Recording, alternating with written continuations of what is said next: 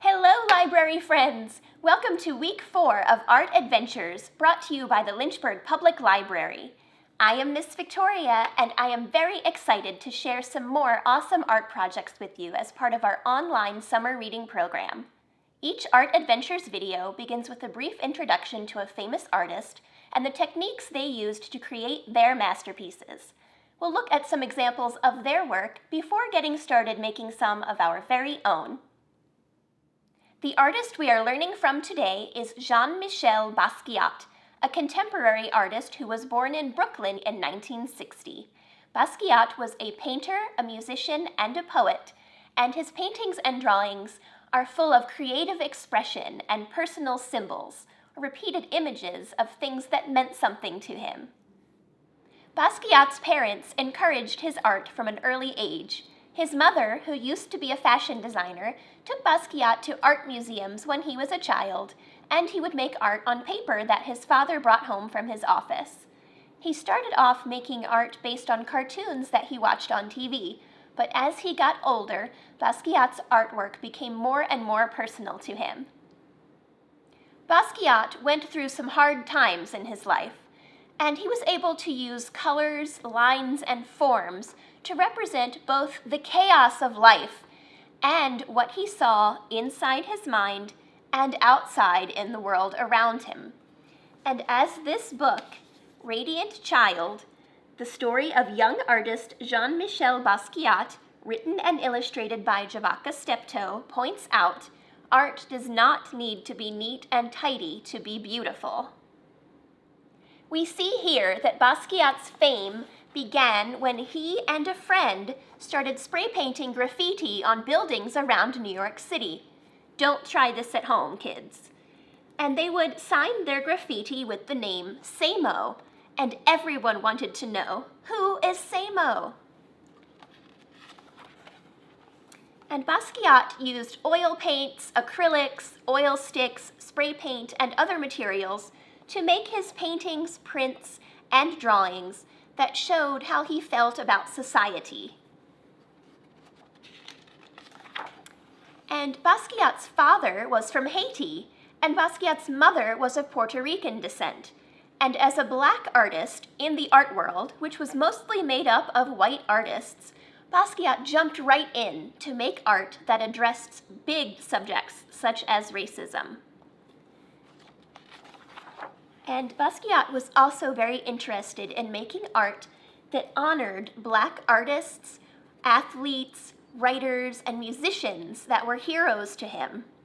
And he often included a crown symbol in his artwork, which represented not only himself, but people he admired, who he wanted to honor in a noble way. This book is a wonderful tribute to Basquiat, and I highly recommend checking it out. Here are some examples of Basquiat's artwork.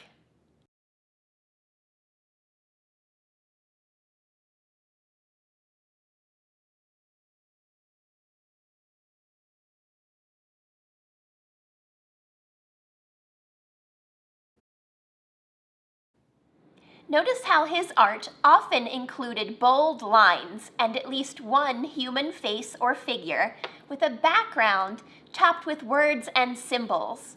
Basquiat said that he enjoyed crossing out some of the words in his art because that made people want to read them even more. He also included lots of bones in his artwork. When he was 8 years old, a car hit him, and his mom gave him the book Gray's Anatomy to read while he recovered. Studying the bones and human figures in that book definitely influenced him. Basquiat loved reading, and he enjoyed looking at encyclopedias and reference books for inspiration. The painting we are going to play around with today is in Italian. We'll start with some simple printmaking and then make drawings on top of that. Basquiat enjoyed printmaking and drawing as well as painting, so we will be combining some techniques. Here are some things to think about as you start to make your art. Basquiat's artwork makes a statement. That is, his paintings make people think about something he wanted them to think about. And your artwork could make a statement about something that's important to you. It could be a current event, it could be a favorite hobby, your pet and/or other family members, it could be your heritage, or a favorite place, anything like that.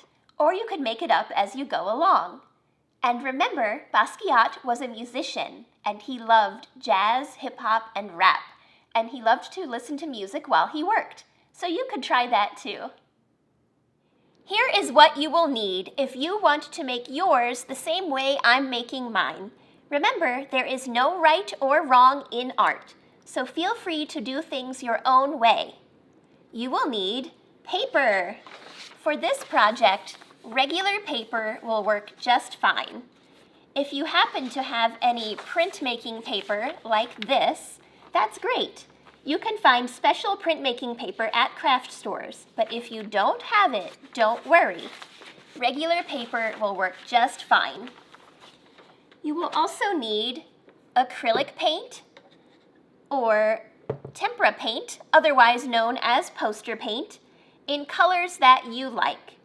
If you want to get fancy, you could get special printing ink at a craft store, but you do not need to have it. The acrylic or tempera paint will work just fine.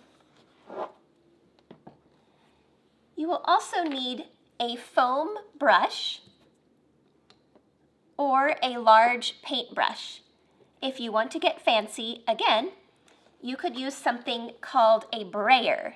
It's a little mini roller used for printmaking. You could use one of these, or a mini paint roller would work just fine. But again, you don't have to get fancy. Either one of these will do.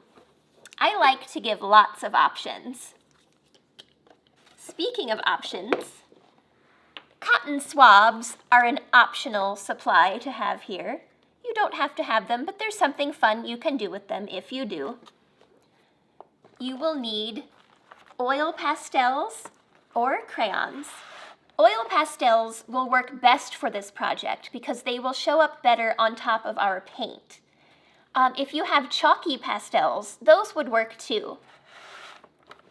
Another optional tool is an old rolling pin. You do not need to have this for this project. It'll be fun to use if you do. I'll show you how in a moment. But if you do use one, make sure it's okay if you accidentally get some paint on it. You will need some painter's tape or masking tape, paper towels and/or baby wipes, and lastly, you will need something to put your paint onto. For this project, this could be a large plastic tray, or a sheet of acrylic, or a sheet of aluminum foil. You're probably most likely to have this at home. This is what I'll be using in my demonstration. Or you could even use some old transparency sheets if your adult happens to have some lying around. We had a bunch at the library from a long time ago. Again, I like to give lots of options. Now I am ready to begin. I have torn a sheet of aluminum foil that's a little smaller than my paper. It doesn't have to be exact. Now I am going to tape my aluminum foil to my tabletop. Remember to cover your table with newspapers or a washable or disposable tablecloth. We don't want to paint our furniture today. Before you tape your foil down, be sure to smooth out any wrinkles with your hands.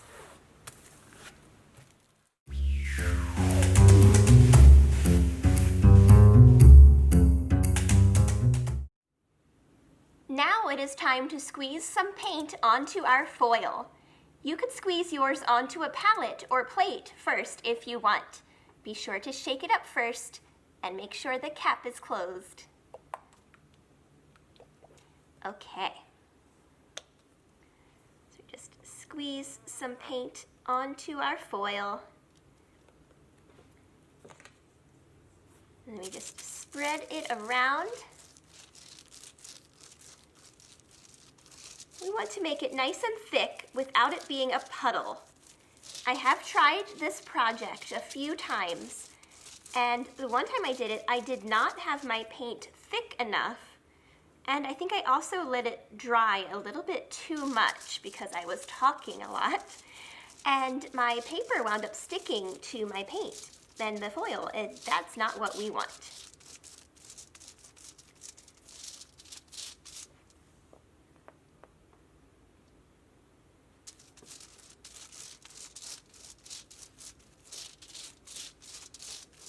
Okay, this looks like a good amount. And at this point, if you'd like to add some details into your paint, you can scrape some designs in using a cotton swab. I'll just do a few.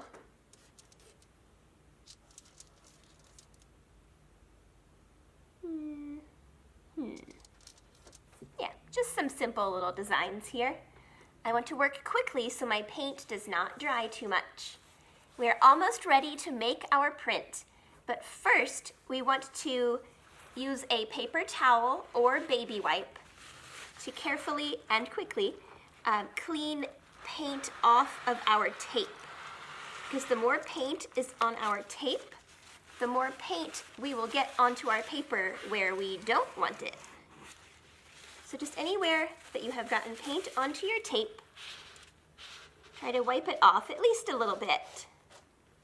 Every little bit helps here. I'm going to get another paper towel.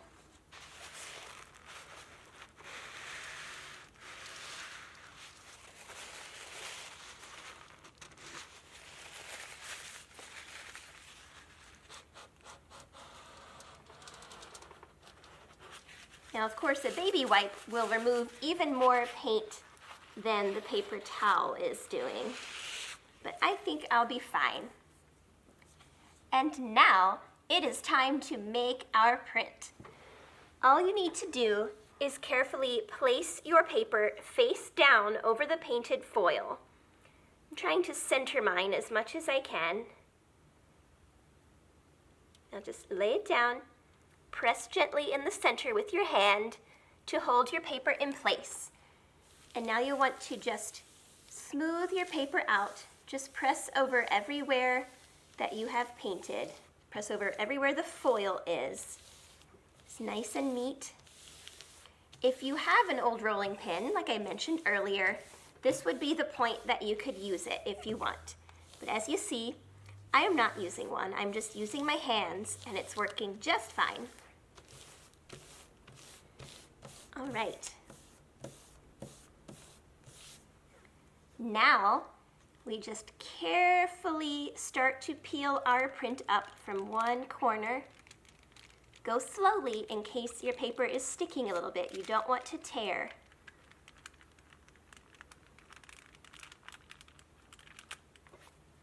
Oh, how neat is that? So this is our print so far.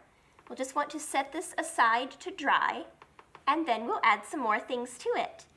And if you'd like to hurry up the drying process, you can use a hair dryer. Once your print is dry, you can move on to the next step, or you can paint some strokes of other colors on top. And as a side note, if you ever want to try a different kind of printmaking project, you can paint your picture right onto the foil and make a print of that. That is one way to make a monoprint like this one that Basquiat made. Now we get to start making our drawings. Remember that we noticed that Basquiat's art often included at least one outlined human figure plus words and symbols. Your human figure could be you, a celebrity you admire, a friend or family member, or you could draw your whole family. I'm going to draw my mom, and I will be using oil pastels to do it.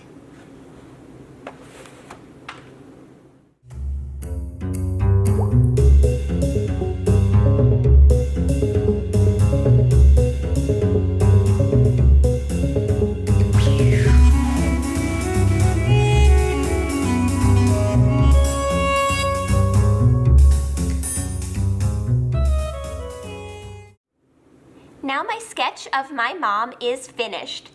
Now it's time to add some words and symbols. Basquiat's main symbol was the crown we talked about earlier. Your symbol or symbols can be anything you want. It can be something you made up or something that you like. Mine is going to be a heart. In the original Captain Planet cartoons, there was a character whose power or skill was heart, and I always liked that as a reminder to be kind and thoughtful towards other people. My heart will look like the symbol in the cartoon. See how I came up with that? I will also add the Animal Crossing leaf because that's a game that my mom and I love to play together. And I'll add some eyeglasses to represent her job. And for the words, I'll just write some words that she likes.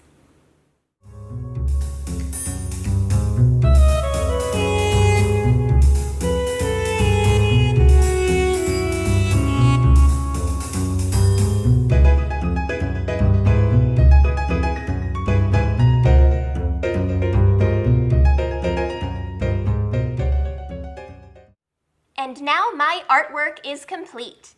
My print with my drawings features my mom and the heart symbol that reminds me to always be kind to other people, the Animal Crossing leaf for the game that we love to play together, the eyeglasses that represent her job, a big wedge of cheese because she loves to eat cheese, and it's an inside joke that I drew a big wedge of cheese on a card for someone when I was a kid. And we have words that she loves. Things like Samwise, which is the name of our puppy, England, cheese, and I crossed this out because remember Basquiat said crossing out a word makes people want to read it even more. I have love and Alice because she loves Alice in Wonderland and Alice Cooper. So, what statement does your art make?